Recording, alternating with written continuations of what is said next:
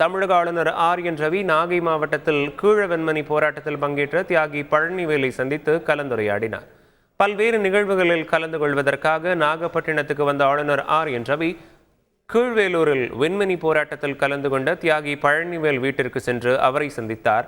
ஆளுநருக்கு மலர்கொத்து கொடுத்து வரவேற்ற தியாகி பழனிவேல் கீழவெண்மணி சம்பவம் தொடர்பான புத்தகத்தையும் வழங்கினார்.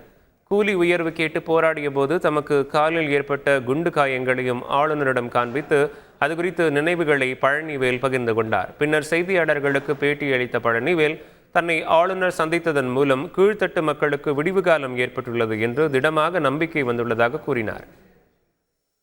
வறுமை கோட்டுக்கு கீழே உள்ளவர்களுக்கு தகுந்த வீடுகளை கட்டித்தர வேண்டும் அப்படின்ட்டு அதை சொன்னோம். படித்துட்டு இளைஞர்கள், பெண்கள், ஆண்கள், பெண்கள் இந்த கிராமத்தில் நிறைய இருக்கின்றார்கள். அவர்களுக்கு தக்க ஆதாரமான ஒரு